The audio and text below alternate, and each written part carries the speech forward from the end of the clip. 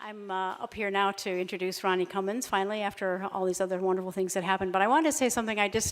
We had supper with Natasha Campbell McBride, who's in the audience somewhere, still here. She spent 2 days sharing so much wisdom with so many people and dealing with a lot of people's individual problems. I'm really, really very grateful to her.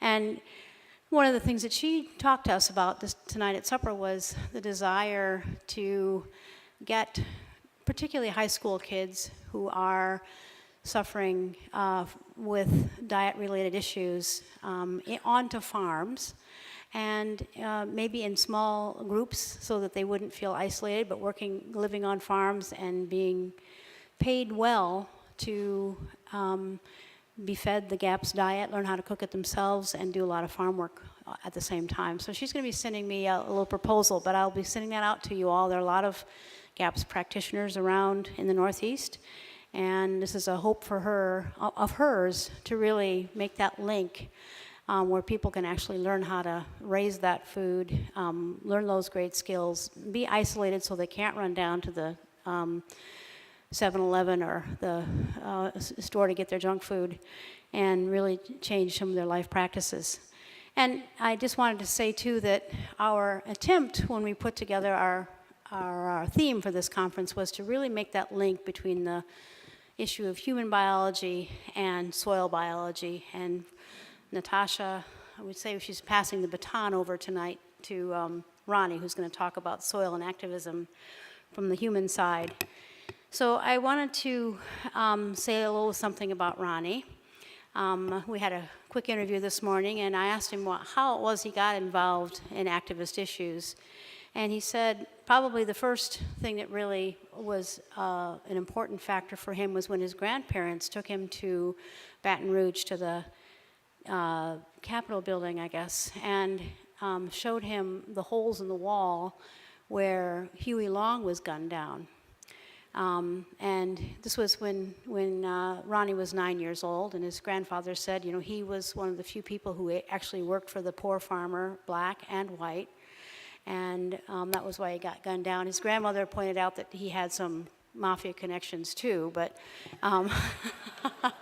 anyway, his grandparents had a farm in Texas, and Ronnie spent a lot of time there. That had a real impact on his appreciation for farming and love of animals and love of life. His grandparents were Catholics, strong Catholics, people of faith, and his brother was involved in the liberation theology stuff. And so the Catholic Church has been always a strong part of where Ronnie has come from. He was, in the part of the world where racism is much more obvious, I guess, than it is up here.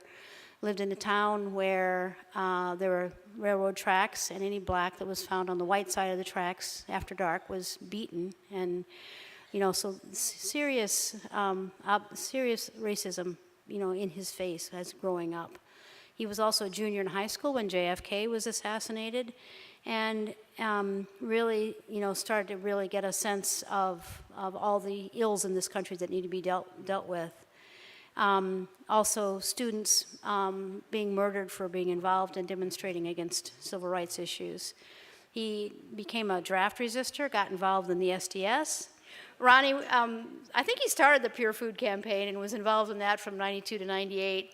And then when the Organic Foods Production Act, the National Organic Program came out the first time, you might remember back in 1997, they were going to try to sneak in a few things like GMOs and irradiation and what was the other one?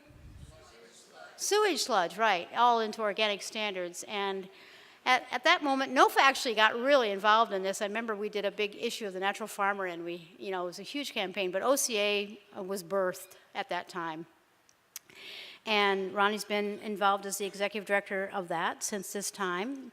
And presently, there are 1.8 million people who are on Facebook and who are OCA Facebook friends. and 600,000 newsletter subscribers. So it's kind of a big organization, I guess I'd say.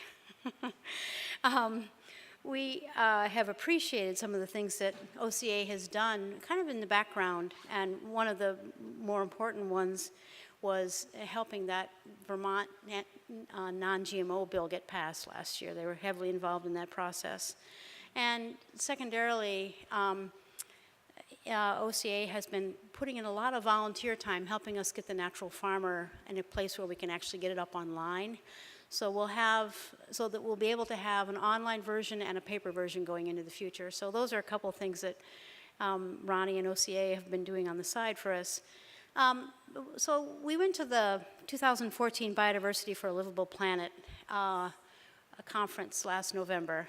And both Jack and I, and again, I think Jane Bindley was there, and Mary DeBlois, and a few others of us were saying, wow, this guy really knows how to deliver a keynote. And so we decided to invite him to be our keynote here. They have this campaign called Cook Organic, Not the Planet. And it sounds like we're kind of working on the same issues these days, carbon sequestration through farming. So we're very excited at this time to have Ronnie Cummins speak to you tonight. Thank you. I'm honored to be in a crowd of regenerators, and I'm happy that we're here at this turning point in history because we're part of the critical mass that's going to make the changes that are necessary. One of my real heroes is sitting here in the front row, the outlaw in the black hat, Will Allen from Cedar Circle Farm in Vermont. And Will and NOFA Vermont and Rural Vermont and VPIRG and Businesses for Social Responsibility and the grassroots passed the world-changing first mandatory GMO labeling bill in the United States that has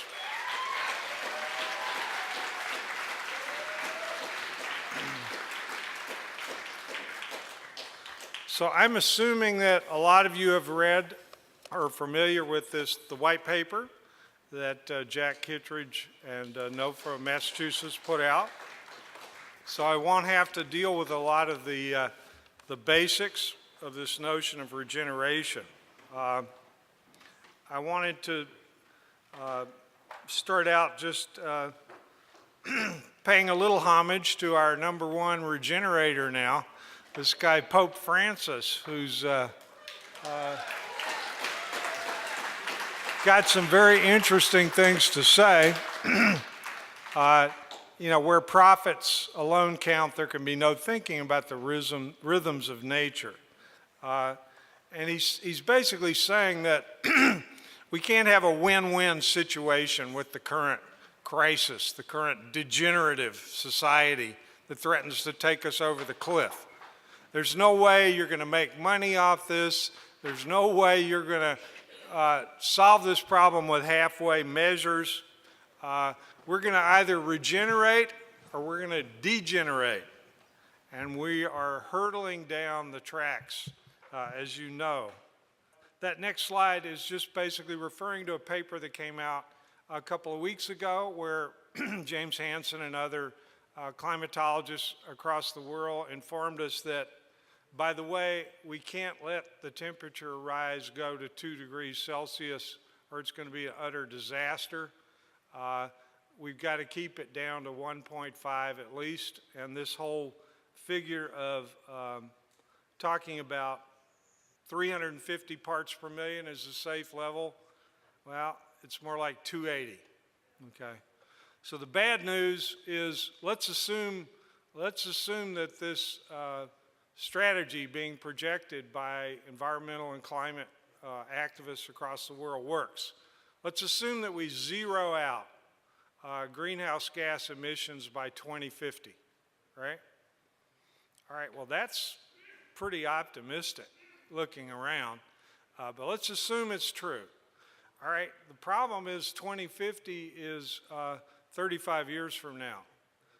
35 years from now, we're going to be up to around 460, 70, 80, 90 parts per million. the scientific consensus is that that'll slip us into runaway global warming and catastrophe. We're done. The human race is likely to be done by 2100 at that rate. And that's an optimistic viewpoint about global greenhouse gas emissions. So the question is like, well, how do we get down from where we're going to be when we zero out emissions to this safe level, which is lower than 350, it's 280. Well, it doesn't matter how many, when we zero out emissions, we got to suck it down. And there's only one way to suck the excess carbon down, and that's through natural sequestration. And that's where regenerative agriculture, ranching, and land use come in. And we are either going to build a global grassroots movement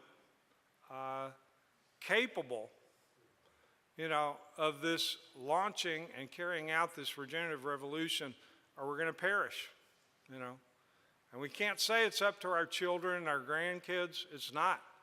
It's up to us. We've got to turn this around. One thing that a lot of people don't understand is I'm going to skip to the second slide. It's like, all right, if we say we're going to get down to zero emissions by 2050, well, what does that mean? It doesn't just mean that we close down a few polluting coal plants, or the rest of them even, and we have a tremendous growth in renewable energy. It's like, what's causing the majority of greenhouse gas emissions today? It's not coal plants. It's not cars. It's not running the utilities grid. It's our out-of-control food and farming system. The scandal is that this little pie chart here, this is what's really causing the greenhouse gas emissions. Okay, agricultural production, 11 to 15% of greenhouse gas emissions. That basically means the fossil fuel use on the farms. It means the fossil fuel use to produce the chemicals on the farm, and so on and so forth. You often see the USDA or others saying, oh yeah, agriculture contributes 11 to 15%. Yeah, but we're talking about the food and farming cycle, all of it. All right? The second thing, land use change and deforestation. Why does the Intergovernmental Panel on Climate Change arbitrarily separate out agricultural emissions from this land use destruction when everyone admits that 50% or more of the deforestation, the draining of wetlands, and so on is caused by industrial agriculture? So let's add that in there, okay? Processing, transport, packing, and retail. Typically this category goes into industry, but it's like, this is our food, right? Americans are dining on a junk food, junk beverage diet of processed food, filled with GMOs, chemicals, animal drug residues. Look around at the health of the public, This also causes an enormous amount of greenhouse gas emissions. This packaging, this processing, this distribution, and then finally the waste. Well, what is the waste? The waste is that American cities and villages and so on, they throw organic matter into the landfill where it turns into methane, which is a very potent greenhouse gas, So you add all these up, the majority of greenhouse gas emissions in the world today are caused by our degenerate food and farming system. So, it's like we're not going to get down to zero without a transformation. Okay. And so the other thing you need to look at is when you look at this one ton per acre per year that we can sequester through organic regenerative methods. Well, so that can add up to, more than the amount of emissions right now, but people aren't adding up. Yeah, but we wouldn't be sequestering that 1 ton per acre through regenerative methods without also reducing the emissions on this pie chart here considerably. So there's a lot of pessimism. There's a lot of spiritual disempowerment. The bottom line is, if we don't stop talking gloom and doom about the climate, we're all going to be dead, and we're taking down the web of life with us. Stop that talk, it does no good. What we have to change the conversation to be is regeneration, right? And regeneration is not some esoteric discussion about soil biology, although it does include that as well. Regeneration, you look up in the dictionary, what does regeneration mean? To give fresh life or vigor to reorganize, to recreate the moral nature, to cause to be born again. All right?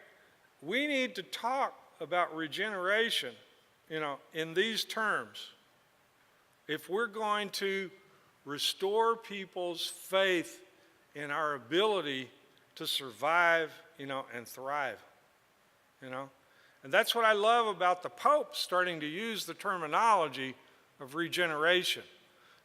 When you compare that to sustainability, what does sustainability mean nowadays? Do we want to sustain the status quo? What does mitigation mean? It's like we have the most rapidly deteriorating public health, mental and physical, that's imaginable. 1 out of every 2 kids is going to be autistic in 25 years, among other things. 48% of the women in the audience, you can look forward to the cancer you're going to get, The men, it's almost 48%. You can look forward to the last 2 months of your life being strapped to a goddamn machine in a hospital so that the medical industrial complex can get that last $60,000 out of you, before you die prematurely. How do you mitigate climate catastrophe? How do you mitigate political fascism? Because that's where we live. We kill people with drones now instead of bayonets, or smallpox. But we don't live in a democracy anymore. It's very clear to most of the people in the world. We're not a democracy. We're a bully, and we're destroying the earth, in order to preserve business as usual, The nice thing about the Pope talking about revolution, except he uses the more polite term, which we got to use, regeneration, is that he's talking about revolution, folks. And he's talking about global revolution, It does not depend upon President Obama or, the Democrats or the Republicans or, the ruling elite in the United States, whether we're going to save this planet. The people who are going to save this planet, if we save it, are going to be the world's 2.8 billion small farmers, rural villagers, pastoralists, indigenous communities, backed up by the power of a couple of billion conscious consumers. And if we don't build the power of the global grassroots and overthrow this degenerate system, this degenerate global system, no one's going to do it for us, There's no technology other than the fact that living nature, and the people on the earth who still have a spirit and a heart, the solution's right under our feet, but we're going to have to do it. I'll skip over some of this because you already know it. When we're talking about regeneration, it's very important that we have a broad sense of the term. The most destructive thing, in the United States today and across the world, it's not the threat of death to our physical bodies, It's the death of the spirit. People are dead, I mean, it's like zombies have taken over, the ruling positions, and people, I sometimes think when I'm walking down the street, especially in the United States or Europe, it's like people are kind of like zombies now. No one wants to look at you in the eye, and, people, it's odd if you're friendly and smile and talk to strangers, and but when we're looking at regeneration in terms of how we're going to get that carbon up in the sky, 250 parts per million of which used to be in the soil and the living, plants and trees, we need to keep in mind there's about 4 billion acres of cultivated farmland, okay, on the earth. 4 billion acres. So organic vegetable growers need to strive to be regenerative, right? And even go, to sequestering carbon. And it's possible to do that, and you know the techniques. But keep in mind, there's 14 billion acres of grassland, rangeland, that some of it's been turned into crops, cropland. And there's 10 billion acres of forest. So we have to bring together not just the food and farming and climate movement and economic justice movement and fair trade movement and public health and natural health movement. We got to bring the forest movement into this as well. We have to stop the deforestation of the remaining 10 billion acres of forest in the world, period. Or we're going down, And we need to reforest a lot of the 5 billion acres that used to be forests.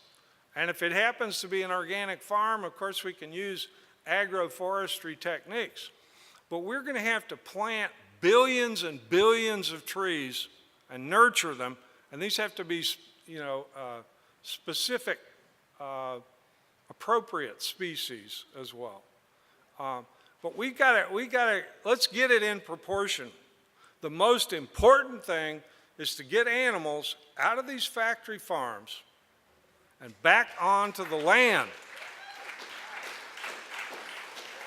That's 3 times more important than regenerative organic vegetable and crop growing.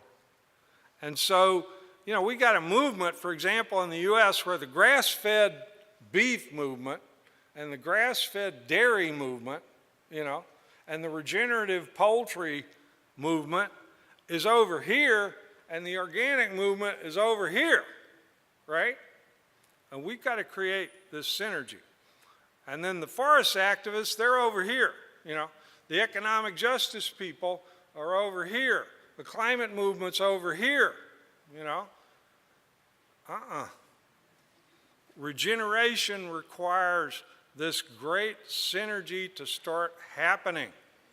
You've got to find the live wires in all the movements who can collect the dots and build this power. Vandana Shiva, who's one of the founding directors of Regeneration International, which is a new project I'm happy to be part of, she says basically regeneration can fix the climate, regeneration can fix global poverty, regeneration can fix deteriorating public health, and regeneration can fix democracy. And we've got to look at it in those broad terms. I spend half of my time in Mexico working with the organic movement, working with the small farmer movement. You don't lead with a discussion of climate change in a narco dictatorship where poverty, affects half of the population. The reason why people in India, or the reason why people in Africa, the reason why people in China are going to embrace regeneration, this is where most of the people in the world live, including Latin America, is for a variety of reasons. But one of them is that these 2.8 billion small farmers and rural villagers, they're tired of being poor. And they're not going to be able to thrive without healthy soil, without a regenerative food and farming system, and the solidarity of the global north. Via Campesina, a large network of small farmers, I remember they had banners at the Earth Summit in 2010 in Cochabamba, and it said, "Small farmers can cool the planet." That's it. I mean, who feeds the people on the planet? Small farmers produce 70% of the food on the planet, and they only have 25% of the land. It's small farmers that are feeding the world right now.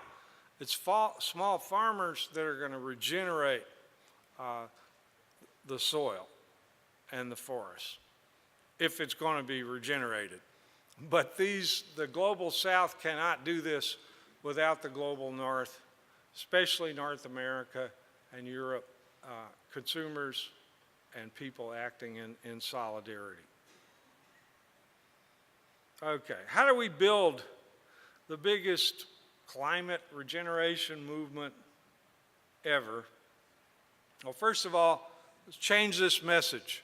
We're not talking about mitigating global warming or global poverty. We're talking about reversing global warming, poverty, deteriorating public health. Stop saying mitigation. Stop saying sustainability. Talk about reversing it, and make people ask you, what do you mean by that? Okay? People in the United States and the global north, and really globally, there's 5 issues that tend to be the people's passions, right? There's only 5 issues that almost everyone you talk to who's aware and trying to make a better world cares about. All right? It's health. A lot of people are really concerned about health, especially if their health is deteriorating, or their kids, or members of their family. Justice, sustainability, peace and democracy. Okay? Almost every activist group I can think of, they fall into one of those general categories. Okay, we've got to change that sustainability sector to regenerative. But, all right, so what that means is, someone in a church, right? Their primary thing is like alleviating the pain and the poverty, of disadvantaged people, right? Well, you don't, shove this pamphlet in their face. First of all, you talk to them first about, fixing global poverty is really a question of fixing rural global poverty, and we can fix that not with, charity is great, but people can fix it themselves if they get access to land and seeds and the knowledge to be able to farm. They can feed themselves. They can rise out of poverty. They want to rise out of poverty. No one in their right mind wants to send their teenage kid from Mexico, with a smuggler or a drug cartel smuggling ring up to cross the border, where you're probably going to get raped, or you're going to get murdered, And then if you make it across the border, the Gringo Border Patrol is going to grab you and throw you in jail, or if you're lucky, you make it to Houston, and you make your $10 an hour roofing, in construction, or you make it to some damn factory farm in North Carolina or something. It's like, why are people doing this? They're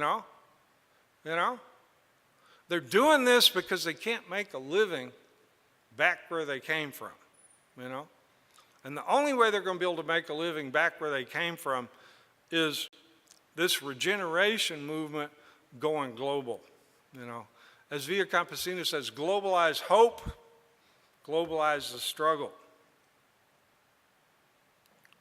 All right, we got a critical mass of people in the United States to jumpstart this process. Who are they? Well, 100 million people occasionally buy organic food, for one thing. 100 million people go to alternative medical practitioners or take, nutritional supplements or use homeopathy or stuff like that. This is a critical mass of the population. Let's bring together the natural health constituency and the organic consumer constituency for a start, and let's connect the dots. Let's identify the live wires. A movement of losers will lose. Well, what does that mean? It's like, let's get real. The body politic is severely damaged in this country. Severely damaged, right? There's a lot of people, it's not their fault, but they have personality disorders, where it is impossible to work with them right now. Stay away from those people. Find the live wires who are still alive, who you don't glance out and think, is that a zombie? Or is that, and let's get it together. Reach people's hearts and spirits. It's like the most important thing is to communicate in a way that affects people emotionally, their heart. It's not the perfection of your scientific argument, It's like, we got to start talking in real terms about this. This is not an issue of agronomy we're talking about. This is ethics. This is ethics, This is like the meaning of life. What is the meaning of life, I mean, do you care about your kids, your grandkids, It's just like, we cannot sit back and think someone else is going to take responsibility for building this movement. It's us. I mean, look around, look in the mirror. This is it. I got 20 years left, I think, in my life. And I'm going to spend every day, the next 240 months, building this regeneration movement, this global grassroots regeneration movement, and we can turn things around. I mean,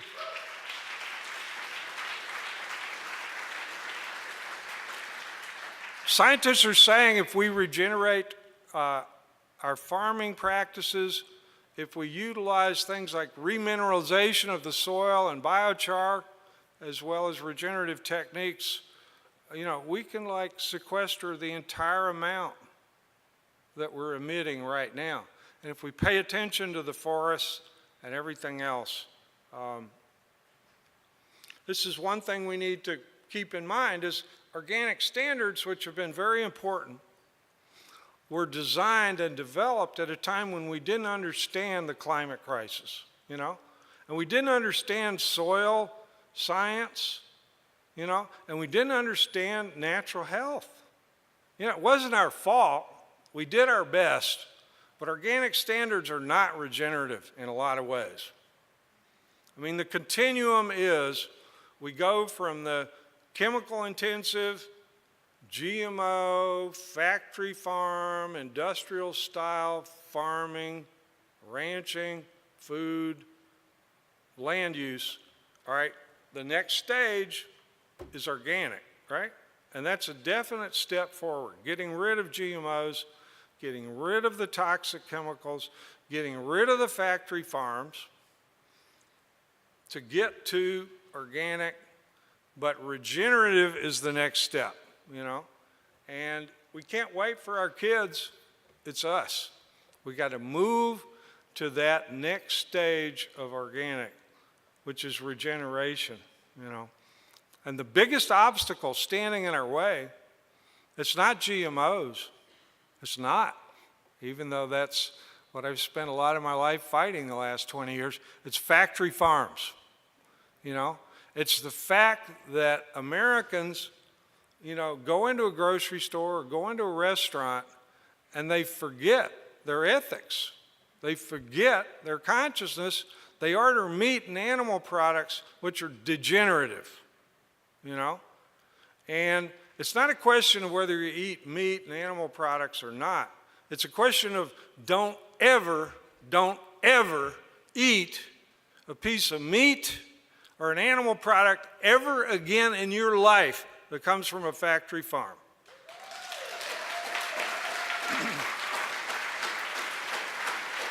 And it's like, you know, it blows me away that we've got CAFO poultry production is the dominant form of organic poultry production, you know, that we still have factory farm dairies masquerading as organic, you know.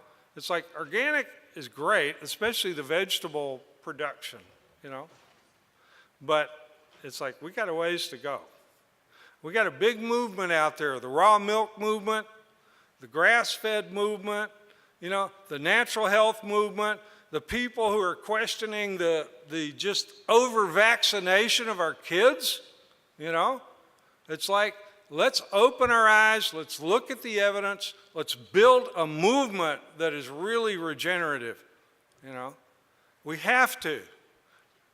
Okay. What does that say, 5? Okay. Okay, I've said that. Little bit about movement building in this message. How are we going to get there? Yeah, it's like, all right, we're going to have to change public policy. We're going to have to start rewarding farmers and ranchers for doing things in a regenerative way instead of rewarding them for being degenerates, you know. And we do have in California, at least the beginning, there's legislation that is passed. Schwarzenegger, can you believe, got it through originally. But there's legislation in California. They've collected $2 billion in carbon taxes from polluters. And of course, it's gone into the California State Treasury, most of it, never to be seen again. But they did pass a law saying that they will pay farmers for sequestering carbon, right? They passed legislation that said that every city should build a system like San Francisco has where you can recycle organic material and produce compost on a large scale, you know? And it's like, we got to build on that. The French government just released a 4% initiative. The French government is the first major industrial power to speak out about how we've got to raise carbon content in the soil by 0.4% every year for the next 25 years or we're done, you know. Finland is talking about this. Other countries are starting to talk about this. We got to roar into the Paris Climate Summit discussion, and we've got to change this from the 50% solution of reducing emissions to zero to the 100% solution, which is reduce emissions to zero and sequester, you know, a couple of 100 billion tons of carbon, you know, over the next 20 years. And we can do it. We can do it if we will rise to the occasion. I think there's a power out there, by the way. I don't know if I'm being recorded anywhere. I think there's an invisible power circulating right now on the earth that we can tap into that will give us the strength to regenerate, you know. That's the ultimate basis of regeneration, is that there's something in us, you know, that can be regenerated. We can come back to life, you know. we can inspire others, we can identify the live wires, we can build these live wire networks, we can connect the dots between the movements, we can put the pressure in the marketplace. The great thing in the United States is that we're killing the big degenerate food companies right now. Their bottom lines have shrunk to almost nothing. We can push them over the edge, and we're going to have to. We're going to have to dismantle the factory farm empire. We're going to have to start thinking every time you pull up to the gas pump, you're filling up your car with Monsanto's genetically engineered corn-derived ethanol. I mean, do we care about that? Do we care about the fact that GMOs, 40% of them go into animal feed, 40% of them go into ethanol, 10% go, or more than 10% goes into high fructose corn syrup? This is all junk. Stop growing corn, raise less corn, and raise more hell, as Mother Jones said. I'll close for now because we can have questions and discussion, but I want to call attention to the fact that tomorrow morning, so don't party too hard tonight, I'm going to be doing a workshop at 8 in the morning in this room on the state of the anti-GMO, pro-organic movement and how this fits into the whole regeneration thing.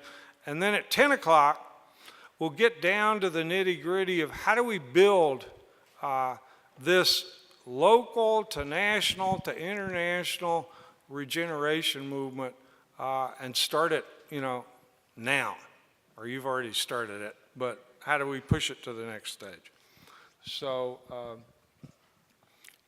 how are we going to handle questions? Do people, is there a microphone out there? Okay.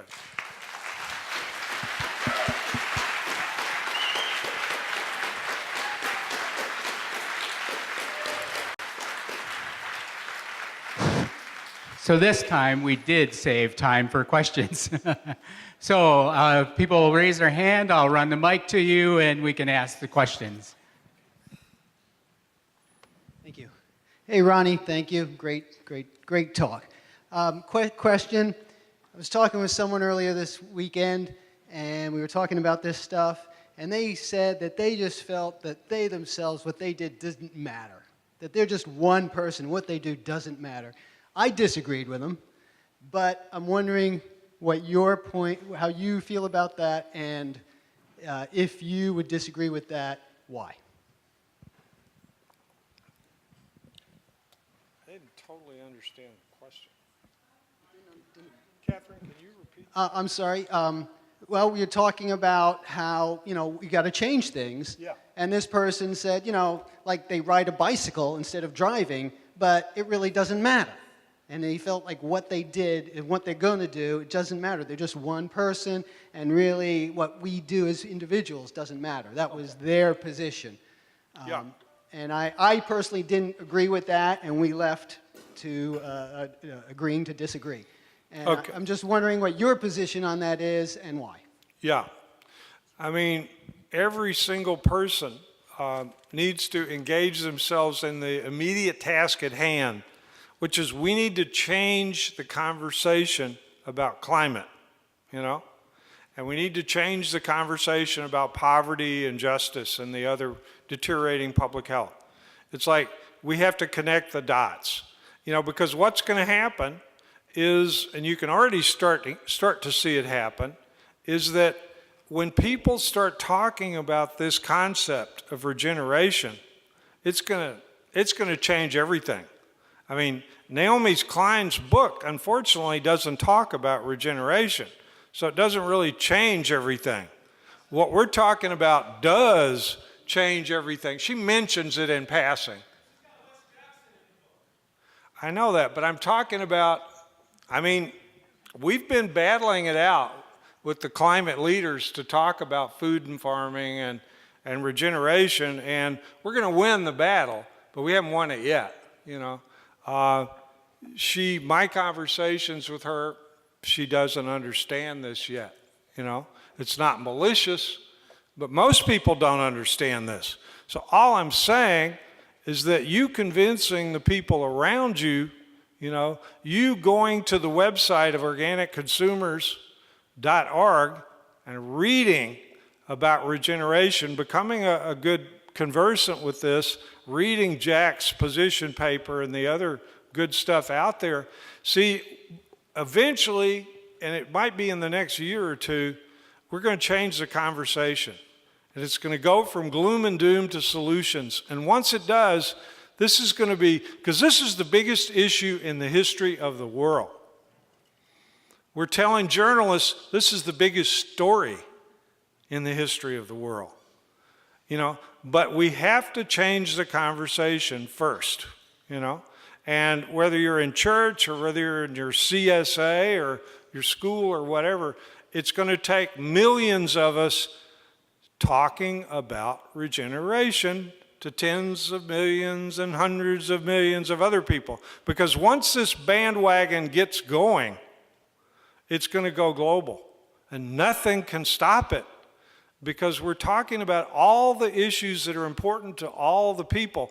And we're also talking about solutions. These are not partisan solutions, you know?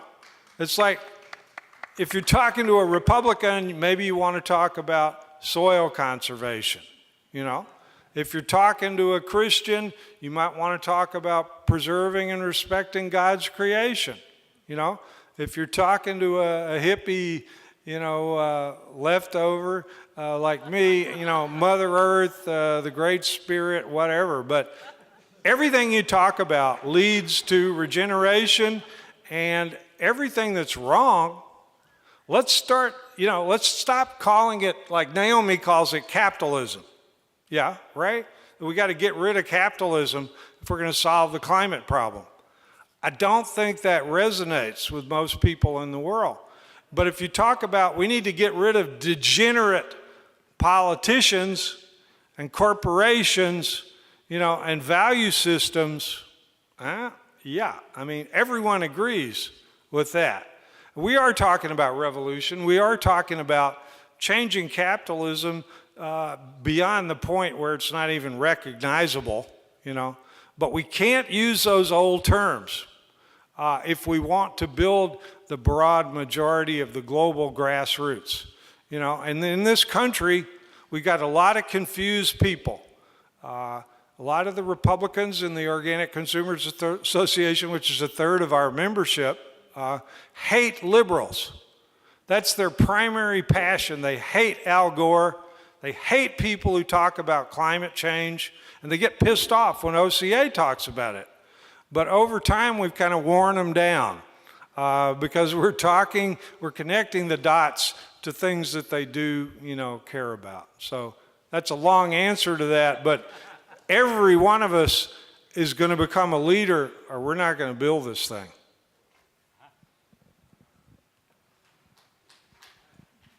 Hi, Ronnie. Thank you very much. I happen to sit on the board with Wes Jackson at the Land Institute, and my job is to be the political activist on the 50-year Farm Bill with Wendell Berry. And one of the things that I see when I talk to politicians and I talk to the Senate individually, not addressing them as a whole, but they think that we are too spread out.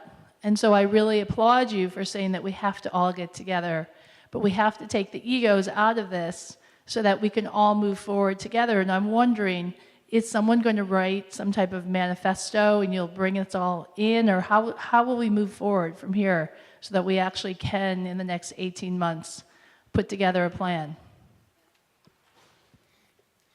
Yeah, we've got a couple of things coming right up that are very important. The Pope is coming to Washington, D.C. on September the 24th, right? I think it's the 24th. And the Pope is going to speak to the U.S. Congress. He's going to meet with Obama in the White House, and there's going to be 100,000 people or more outside on the Capitol Mall. You know, there's a very interesting coalition of labor and environmental justice and religious activists who are putting together this event. We need to make sure that at some point the Pope is saying regenerative agriculture, not just regeneration. And I think we can do this. And we're going to be launching a petition, an open letter to the Pope, asking him to please connect the dots between some of the themes that he brought up in the encyclical so that he endorses our regenerative food and farming and land use practices as a major step forward. And I think we can do that. So there's also going to be a conference on the 26th on solutions in Washington, D.C. Adam Sachs and some of the other folks who are here are helping organize that. And the idea is, let's get some of these 100,000 people who are coming to hear the Pope, and let's build off this. Let's get down and start talking about regenerative agriculture and regenerative solutions with these people. Our experience since the encyclical came out is that we started reaching out to religious communities that we worked with, a lot of us in the 80s around the Central America Solidarity Movement, or way back in the 60s, the anti-war movement and civil rights movement and so on. And the reaction we're getting from the religious people concerned about the climate is interesting. They've never heard of regenerative agriculture, but they immediately get excited about it. I'm talking within 5 or 10 minutes, They get excited about it and they want to know more. Okay, this is not the reaction you get when you try to talk at to a 350.org organizer who should be excited, just as excited about this, but it's going to take a little while. They'll come aboard too. But our opening right now is especially with communities of faith, with natural health folks who are just completely flipped out about what's happening to their kids and what's happening to their health. And we got the solution. I mean, we've talked about organic, as a solution, but we need to go a little bit more in depth, that regenerative organic food can cure you, It doesn't just make it less likely you're going to get sick. So a couple of other things happening. World Food Day is coming up October 16th. It's a Friday. Our Regeneration International is going to be putting an international press conference together at the National Press Club, where we're going to bring leaders from the regeneration movement, like Vandana Shiva, like Hans Herren, like Andre Lowe, Tom Newmark, myself, and others. But we're also going to have up there leaders of the anti-hunger movement. And we're going to broadcast this press conference globally, a live stream. We're also going to have it subtitled in Spanish. And in the meantime, a group of us for the last year have been building a global communications and PR network to where we can pitch stories about regeneration to the global media, the alternative media, and there's a lot of openings in the mass media as well, especially outside the U.S. The following day after World Food Day, a lot of us are talking about a mass march against Monsanto and the Dark Act, and this is, we've got to attack the degenerate system while we promote the regenerative, and they're about to abolish democracy in order to avoid labeling genetically engineered foods. So I don't know if it's going to happen. We've invited Neil Young to come and play music from his new Monsanto album. And if we can get Neil to commit, we're going to have a big crowd. Otherwise, we've got to raise holy hell about this degenerate Dark Act, because if we let them take this away, we're only going to have one tool left, and that's boycotting the products, And then we got Paris, November the 28th through December 12th. Any of you who are totally fired up about joining other regenerators in Paris for the Alternative Summit and so on, We have a limited amount of housing available, and we're bringing a delegation, a global delegation of regenerators there to make our voices heard. We're also developing the global regeneration plans. Will Allen, sitting here in the front row, is heading up our USA research team. What we need to do is, you know, when the news is saying that Paris was too little too late, and that Obama's promises and China's promises and the others don't even add up to zero emissions by 2050, we got to come out with the people's charter, the people's climate charter. We got to come out with a plan that shows how we can turn the United States from being a climate criminal, you know, into saving, you know, the delicate web of life.